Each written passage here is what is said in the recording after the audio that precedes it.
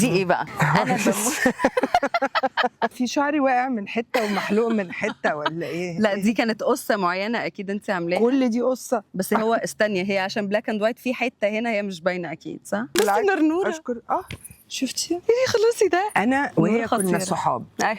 وبعدين دي قصة بنتي مهمة. جت تعيش هنا، بقى هم صحاب ونسيوني. احنا اتفقنا نبقى جيران، وبعدين نور جت، فبقت نور بقى بتجيلي كل يوم، فشيكا قالت لي لا يا انا يا هي، يعني اختاري بقى. اختاري بينا، يا انا يا قلت لها بنتي. انت الاصل طبعا يا شكشوكه. يا نهار ابيض انا هموتكم لا تاني. دي ليه اخترتوا لي الصور إيه دي ده؟ في الموقف ده؟ اتفضلي بقى. دي كنت بتعملي ليه ايه؟ ليه انزل من بيتي اعمل كده؟